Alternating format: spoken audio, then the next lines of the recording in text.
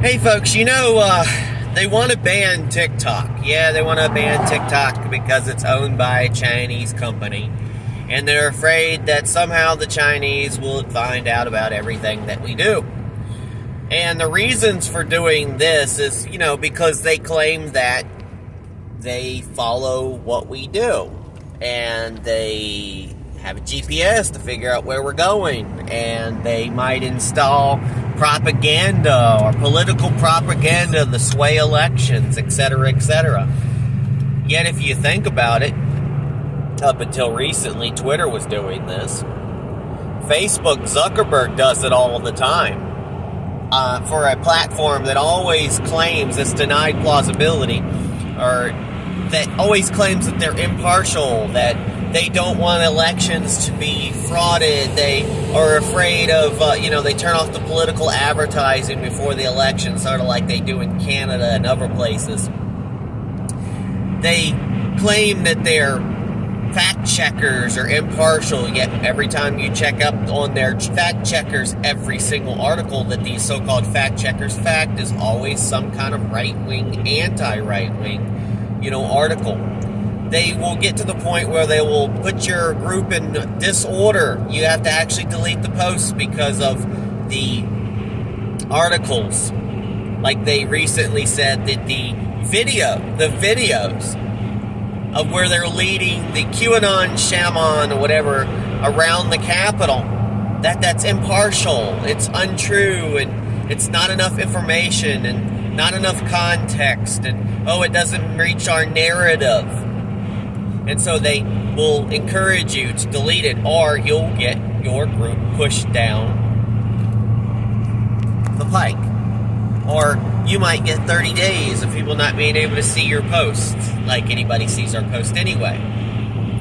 So that video showed him being led through, and the police opening doors and being polite. We've already seen videos where the Capitol Police was letting people in, saying, hey, just don't wreck the place.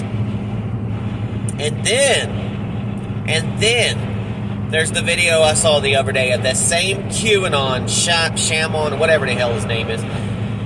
He was literally reading Trump's tweet that said, be peaceful, protest peacefully, respect the police. He was reading it once he was able to read it. I guess they got the Wi-Fi inside the Capitol because it was impossible to get a signal outside. But they got the Wi-Fi and he read it. And he started telling people on his little speaker, hey, we need to disperse, we need to leave. Donald Trump has said to be peaceful and to be respectful of the police officers. These police officers have been respectful to us. That completely blows this whole theory. The whole theory where they took Donald Trump down, claiming that, he was rioting, he was causing a riot, that he was the one that instilled it. Not the case. People act on their own accord. And we saw video of people sending equipment through the windows to the outside with very Antifa-like people wearing black. And I've seen plenty of Antifa up front knowing that those people were Antifa, while MAGA people were saying, no, don't destroy these windows, don't destroy this, don't destroy that. And then you know what sadly happened is that one of our former Air Force, I think Marine Air Force, she went in there and she got shot. Ashley Babbitt.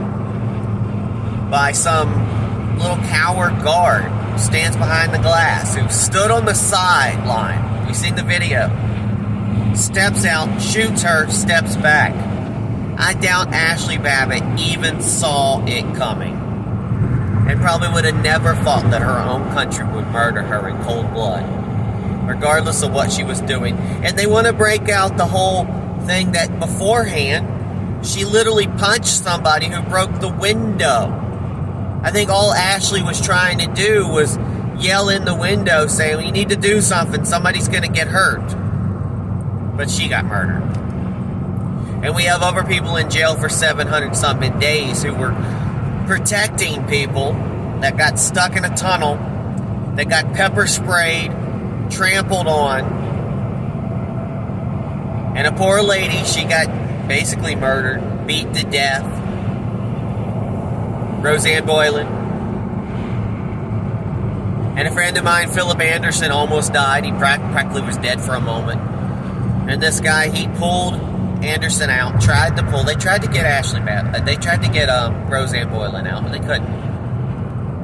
And they cover it all up, and we're claiming we're the one that's deadly. This reminds me of what Charlottesville, where the only real death that happened was that guy who, wrong place, wrong time. We don't even know if he was actually at that so-called rally the day before in Charlottesville, where they, were doing those torches, and that was a horrible thing right there. But the guy was trying to leave while a mob of angry leftists were surrounding his car, and this woman happened to be stepping in front, and when he hit the gas because somebody smashed out his back window with a baseball bat, he hit the gas, she got hit, she died at the hospital for basically having a heart attack because she was an overweight person, sadly.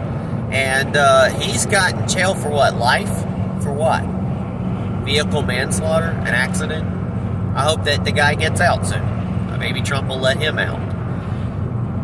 But during that whole time, remember, they talked about how deadly it was. 3 people died, even though 2 officers died in a helicopter accident that was unrelated to the event, but the media spins it that way. Just like the media spins that January 6th was this giant event full of MAGA terrorists who were destroying things, but yet didn't report about what happened in Chaz as much in Portland, how they took over downtown and tried to redo the country. And Trump let them do it. He said, screw it, let them learn, and they did. They eventually turned it back over because they realized that chaos and anarchy does not rule. And then, all year long, there were sit-ins in the Hart Building. The Congress sat in and broke their own laws.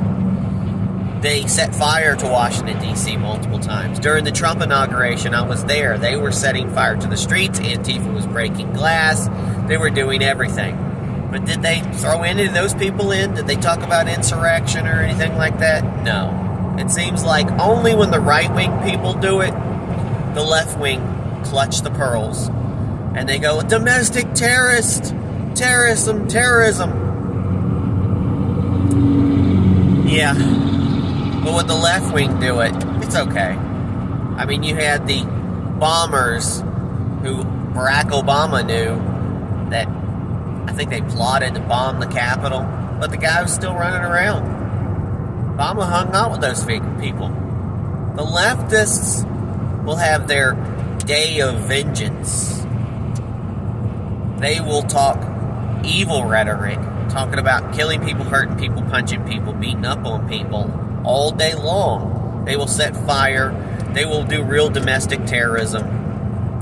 They'll be Antifa, but they'll never get in trouble because they're the pure little angels in the media's light. While we have a president calling us MAGA terrorists.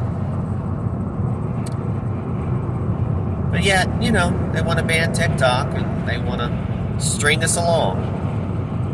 And what do you think? I implore you to go to gorightnews.com and check out our articles.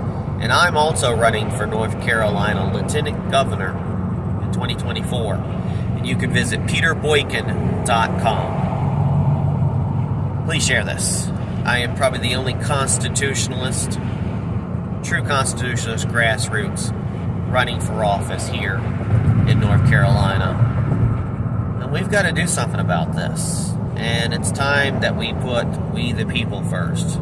It's all about life, liberty, and justice for all.